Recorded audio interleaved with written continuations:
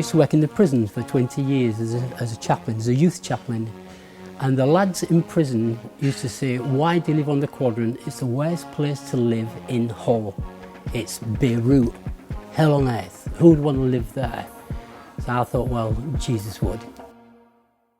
We started the work probably 32 years ago. We've been here now 20 years. Eternal Benefits is really about bringing people into a spiritual relationship with God. We think of everybody in this community and wonder, how do we bridge that gap between God and them? The best thing we can do is possibly be like Jesus, be the best we can be like Jesus, so be Christ-like. So if Jesus was here, what would he do in a community like this? How would he step into his community? What would he want to show people? How would he want to communicate with people? What love would he show? How would he show it? 2 days a week now we do the food larder. If people are isolating, they can just telephone and we'll actually create a food parcel and take it to them. But most people we do hope would come and collect, and that helps us to build a relationship with them as well. People have been queuing now since 10 o'clock, we're up till 11:30, so there's obviously a need there. So we'll get a good regular group of people that come twice a week and seem to appreciate what there is for them, and always end up going out with a big bag full. We have the guys that go out on the van and they will go and pick it up, they'll bring it back, then we sort it, get it out into trays into this area, and then anything that's ambient that we can store, that'll be put to one side, and then we fill up the shelves as and when we need it.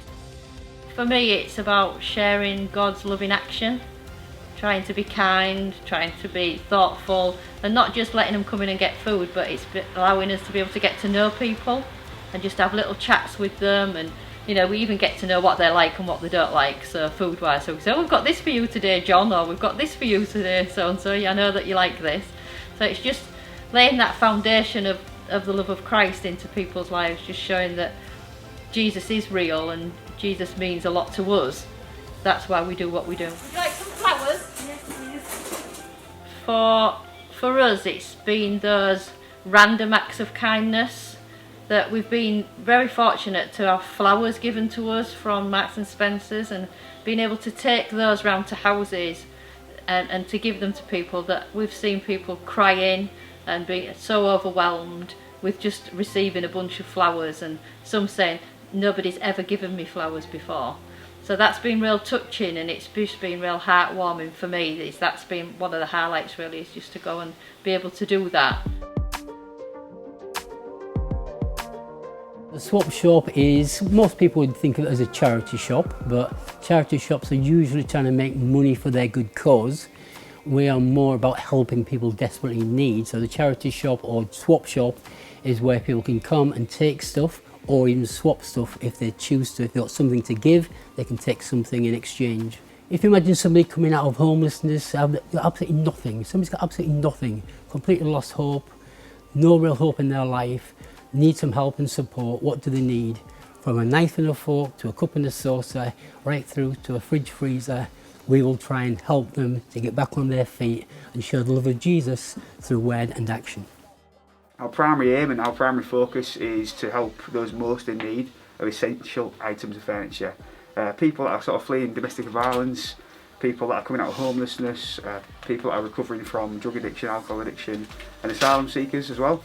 Anybody that gets a new home is in real desperate need of essential items, so something to sit on, something to sleep on, something to cook with, something to keep your food cold, you know, all these basics that I think we take for granted so often. And there's a lot of people that tend to come, they have nothing, they're just trying to get on their feet. So sort of things that we provide: beds, sofas, white goods, any type of white goods, just to help these people really. It's all about relationship. It's key is relationship.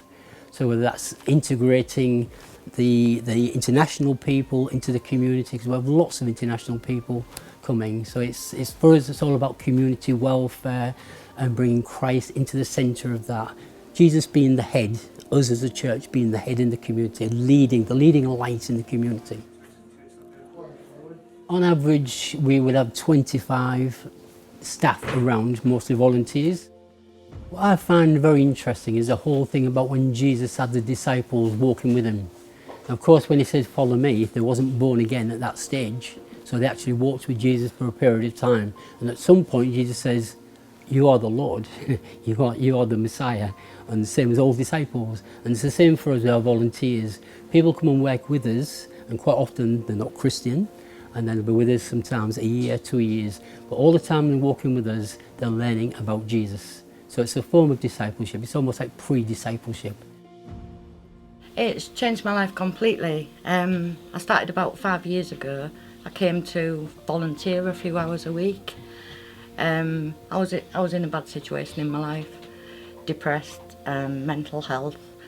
I lost my family, drinking, drugs, things like that. It's changed my life completely, and I now work here full time. Right. It brings people together on the estate.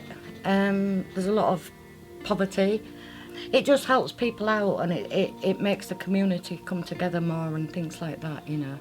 Of the ethos of eternal benefits, you know, wanting to just be a light in the community, and on a, you know, for a personal aspect, I think it's just trying to have the opportunity, you know, asking God, how do you want to use me? Where can you use me?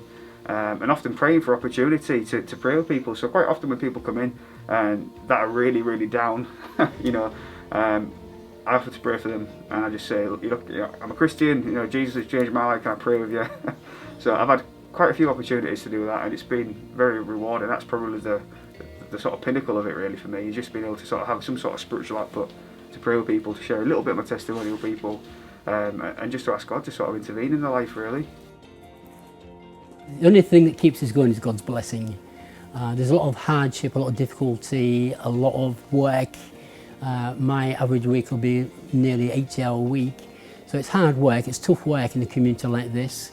But only God can keep that going. Only God can give you the hope that you're making a difference. And we just see enough opportunities, enough examples of making a difference to keep us lifted and encouraged. And obviously that's a God thing again. It's God giving us that empowering to do what we do in the name of Jesus. We could give hundreds, if not thousands, of testimonies over 30 odd years we've been here, from those that are basically suicidal. When you lose hope, then you've lost basically everything. Faith for me is the answer to hope. If you've got hope in God, you've got faith, there's a hope for the future, then obviously there's always hope. So I think Jesus is the answer, and it's how do we communicate Jesus as being the hope of the world, the future, the light of the world. We try and communicate that through everyday activity, through living with people. That's the key for me. It's about living amongst people, just like Jesus living amongst us.